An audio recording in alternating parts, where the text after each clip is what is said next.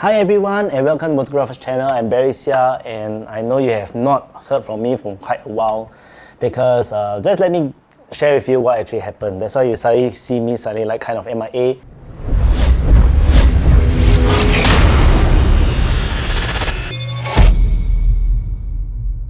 So basically March is the time of my wedding, which I postponed for like a year. We kept on postpone due to the pandemic, due to lockdown.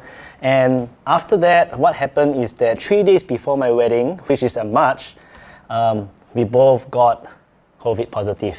So it was hell for us. For the past week, after I'm COVID positive, when I recover, 1 week of breathlessness. Not everyone will have this problem, but I tend to have that problem.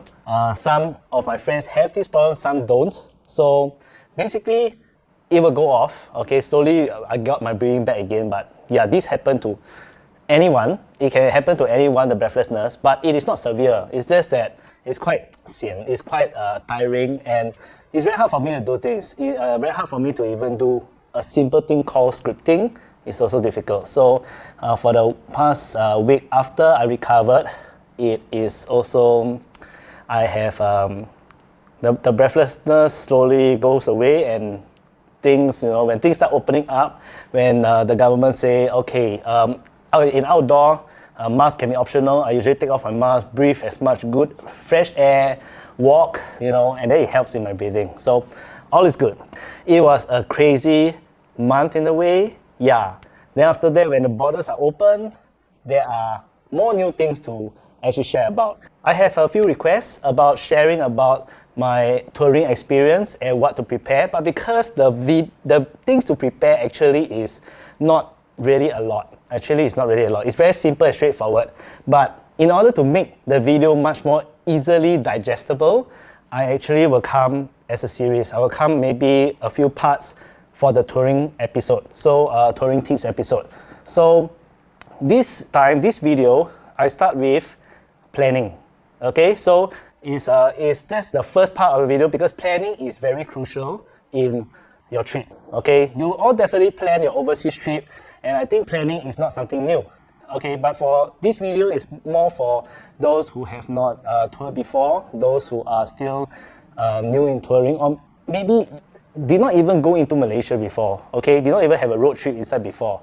Of course, I would recommend that you just have some short trips with friends, experienced friends, to go in and have a look how the whole thing is. So I went to Genting and also to find out what is the update, what is happening inside. And I got some information, so let's get to the planning part. So step one is planning. For the first part of the planning, I would recommend you to download some apps. So basically, the apps I can show you in my screen. Okay, over here, you download these two apps, which I find is very useful, especially when you're inside. Okay, the first one is to download is actually the MyENV. Okay, so the MyENV app shows the weather, and you can see that it is actually quite simple and straightforward. The thing about this app is that when I zoom out, like what you see, okay, that I zoom out, I'm able to see the rain clouds direction in Malaysia. Last time it's like we have to actually log in, we have to go in the website and then see, where is, we need to click 240 click and then or 480 click. But then with this app, I'm able to like zoom out and see, Singapore, you can see. You can also search for the location. Over here, you can search the location and see the situation and the weather situation there. But the good thing is that this app works well in Malaysia. So when I'm in Malaysia with my data roaming, which I will touch on it later, I will be able to see the weather, how the weather goes, how the rain clouds go, and I can actually plan my route from there. Okay, but usually this one is when, let's say you are already inside and you want to actually try to avoid the rain. Okay, try to siam the rain, try to avoid the rain. So this is actually a good app for you to use and refer. The second app to go for is Waze. Okay, I know most people will use Google Map. Okay, but Waze is also community orientated, so you will have the latest update of what's happening on the roads inside there. And Google Map, I'm not sure. Maybe it's just me, maybe it's my network, I don't know. But when I use Google Map inside Malaysia, compared to Singapore, I mean, in Malaysia, it can be really messy. Okay, it's either you are traveling halfway and it hang or what, but Waze doesn't have this issue.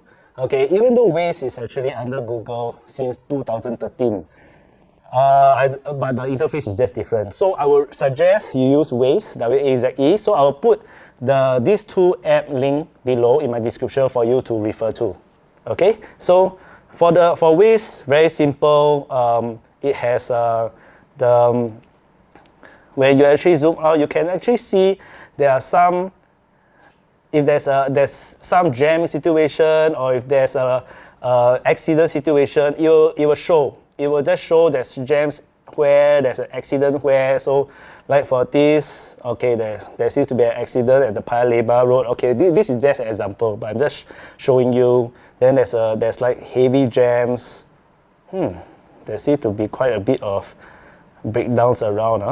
Yeah, quite a bit of breakdowns around. So yeah, so basically Waze is one of the good apps. So you just download these two apps. And the second thing that is important is the overseas travel insurance. Okay, I know there will be a lot of times, we last minute, my friends say, hey, tomorrow I'm going to Malaysia, you want to join me? Or we are going to Malaysia for this trip, you want to join me? Impromptu.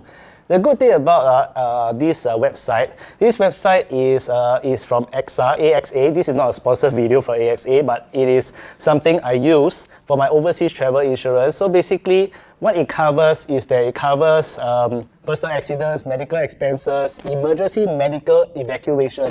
That means like, airflown type, and travel inconvenience and personal belongings, legal assistance, adventurous activities, full terrorism cover, and safety. So, but what are all these? You can actually check out from the website below that I actually add in my description. So you can actually read through every single specification, how much you cover all these things inside there.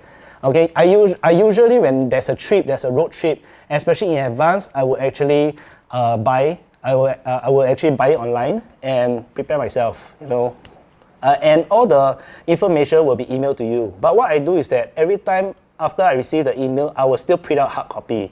So if there's any reference, your handphone just happened to be out of battery, at least you got something. For the third thing is get your VP settled. The vehicle entry permit for foreign vehicles, for Singapore vehicles like ours, bikes and cars, and you just register with them. And once you register already, you'll have like an acknowledgement form that you can actually download as a PDF and you can print it out. Okay, there are a few hard copies to go for, and these are the hard copies that I suggest you to print out. What type of things do you need to have a hard copy on? I would recommend a full copy of your passport.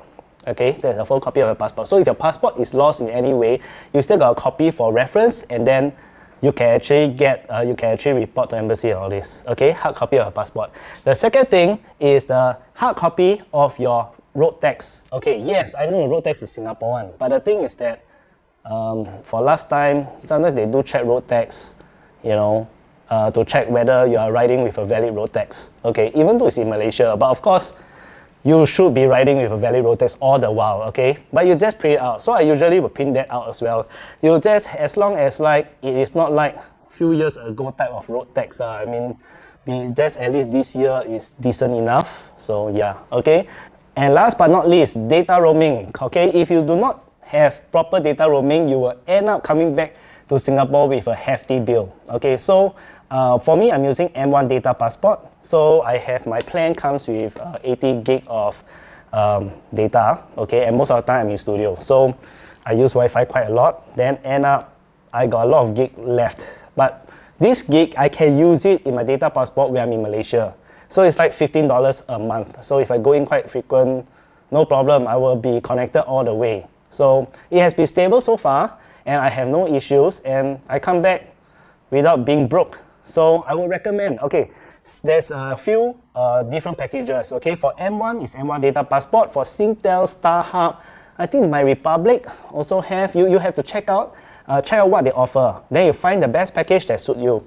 Okay, you do not need really so much gig. Okay, maybe around, sometimes it really depends. You must be sometimes I think 2 gig max. I think should be decent enough. But it really depends. If you have one app that keep on running and refreshing at the background, you might just lose your data very easily. Your data is just used up just like that. So you just have to really keep track on what type of apps you use. Okay, so because I think my wife actually left one of her Taobao app on or what, I cannot really remember, and the 1 gig just disappeared. So we don't know, but we suspect it was a refreshing of the data that kept on running through the night, you know, kind of thing. So you just take note of that. Get it settled in Singapore. You don't go to Malaysia and apply for it. Because in Malaysia, the internet is crap. You are unable to have a full application. Every time there will be an error. Even you use your friend's hotspot or what, yeah, you can try. But I would recommend get all this settled before you leave Singapore. Now for the most crucial part as well, routes and itinerary. Okay, you must understand your routes and you must understand that if you are actually first time going in or you are going with a group of friends, do take note. Other than your bike, your tires, your petrol, there is also yourself. You must understand that when you're riding up, you're riding much more longer distance than what you have in Singapore. Okay, so it's much more longer distance, and in between is empty. There's not like, oh, in between you can see in Singapore, it's like, oh, there's a 7-Eleven or what. No, it's empty. So for the 70 click, there will be strong winds. There might be sudden downpour. So this one you need to actually prep yourself, okay? You won't know, we won't know how the weather is like, but all I can say is that the crosswinds can be sometimes very strong. So sometimes you will feel a bit of pressure when you're riding straight and then you're being like pushed around a little. So you take note of that. So you just plan out on your pace. Okay, maybe I ride this amount. So around, let's say you go to maybe Mersing or Desiree. You plan your route, and then after that you set your break points. Okay, this is where I'm gonna stop for a while, pump petrol, have a drink or what. Then after that, carry on. Okay, drink water, hydrate yourself, go. Okay, you need to keep yourself hydrated, especially in long riding. It's good to keep yourself hydrated. So you plan your road. Don't go over there and see how. Okay, there is no see how. I won't recommend that, because if you see how, you won't enjoy the trip, because you will tend to you will find that the everything will go on, everything is in a mess. This cannot, that cannot, I don't feel good, you know, then you won't enjoy your road trip. So with a good plan, you know where's your end point, you know that's where you're going, that's it, and just enjoy the view. Also do remember that there are some places, especially during like the Hari Raya festive season, there might be a lot of places that is closed, but they are actually shown as open in the Google Maps. Okay, so it's best you can either DM them, Facebook them, call them to ensure that they are open. Because there is one time I went with a group of friends. We went in during, I think, Hari Raya period. We went to every cafe we want to visit. Every cafe was closed. We were riding all around to all the closed cafe until we just cannot take it. It's like, okay, let's take a break. We went to a mall, and then after that, we just park our bikes, and then we rest in whatever eatery that was open. Wow, I cannot forget about that, because that time, all of them, I think I was with a Steed, Harley Davidson. I was in my Haya, but at that time, I think I just got my Hayabusa. So just imagine, it was dead heavy, yeah. Among the rest of bikes, then I think got one Honda Steed. So, I think it's Honda Steed, yeah. So you can just imagine a heavy bike, everything closed. It's scorching hot, by the way, because it's a day ride. Wow, it was hell for me. But then, okay, at least I learned a lesson. So do check out your advance and just be very sure that it's open. Okay, just double check. So yeah. Anyway, that's only a one-off. The rest of my trips are fine. I did my checks. My friends did their checks. So all is good. But this happened, so yeah, it's best that you do your own checks. And now is budget, money, all right. Okay, when I go up to the Genting trip, we packed, we were like, okay, ready to go. There's a miscommunication between me and my wife. Okay, so she said, okay, you take the money. So, but she left the money I think it's in the drawer somewhere. So I think she took it out, but it was not at my line of sight. So he said, you take the money. But I replied her that, why not you just keep it at your side? So she was thinking that I took the money out and then maybe put at her side or what. But I didn't do that. I didn't even take the money at all. So end up, she took a bit and she thought I took the rest. So she took a bit. She took 100 ringgit only. Okay? When we went in, then we found out that actually we both together plus her plus me is only 50 ringgit. So we only have 50 ringgit each to ride all the way up to Genting. Okay, so yeah, we were like, okay, fingers crossed they accept cashless payment. Thankfully, now at Genting, because I went to Genting, so I can tell you at Genting, yes, most of the places there accept cashless payment already. The last time I did try, but that was quite a while back, and I think it was 2017. The same stall do not have cashless. It's that even their credit card system every time seems to have offline. There's some issues, but now it's like everything is much more smoother. So thankfully there is cashless payment. So yeah, that's a good thing. So yeah, budget. Okay, and the second thing, prepare a credit card. Okay, that can be used for overseas. I usually use credit card to make payment for my petrol. So one shot petrol, pump it up already, go. So that I can leave my cash for maybe street stalls, maybe lok, you know.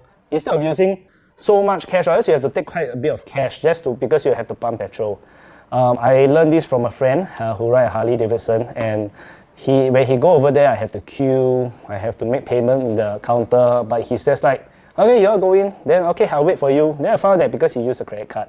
So you can just use the credit card, okay, put your PIN, and then use it to pump. Okay, but the thing is that it is convenient. That's one, okay? The downside of it is that when there are some petrol kiosks that say their credit card facility is offline, then you have to pay by cash. So yeah, this happened to me when sometimes I ride inside a bit later with friends. Yeah, it happens. So yeah, it's good to have your cash and properly prepared before you leave. Prepare one day in advance, at least it's more better, so that you can keep everything in your wallet. So I hope this episode of planning helped you out a bit, and if there's any things that you want to ask, feel free to comment and I'll do my best to answer you, and I see you in my next video.